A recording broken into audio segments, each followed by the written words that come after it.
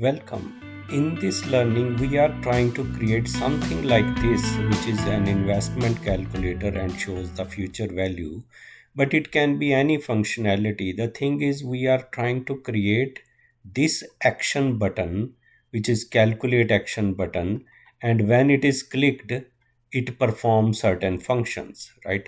What it performs, it calculates the future value of these inputs, like when investment is $10,000 and rate of return or interest is 5% and it is invested for 10 years, then future value is 16,288.95, right?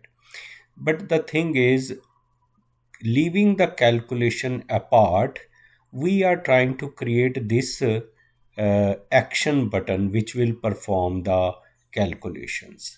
And how we will do, so we have to create this action button and then we have to add functionality to this action button. How we do that, let us see.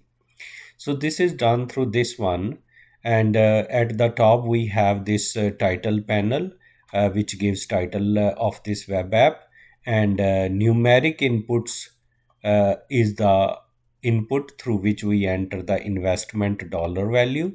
So this goes here, and this next line of code is using slider for expected rate of return.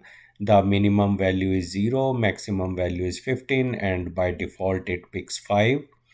And then there is another slider input for the years and number of years, which is minimum 1, maximum 30, and by default it takes 10, which is shown here, and which of course the user can adjust right later on.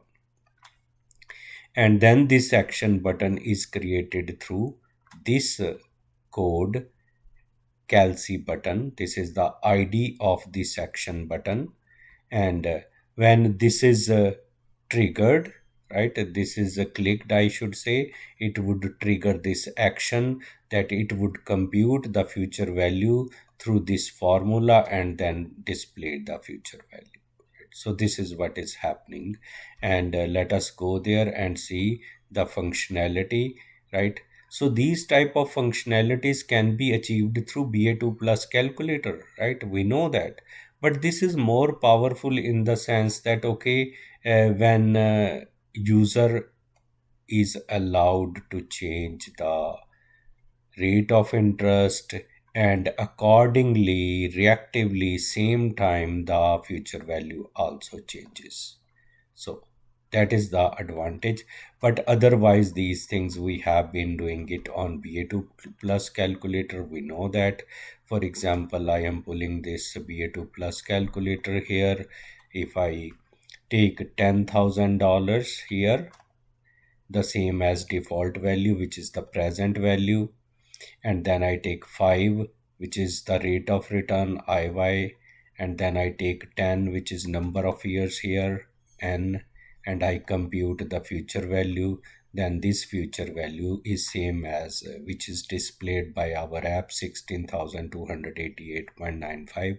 In BA2 plus calculator, this value is shown as negative number because it is outflow of cash. We know the fundamentals of cash flow, that if the present value is a positive number, it means we have received it, it is inflow, then the output, the outflow would happen at future, right?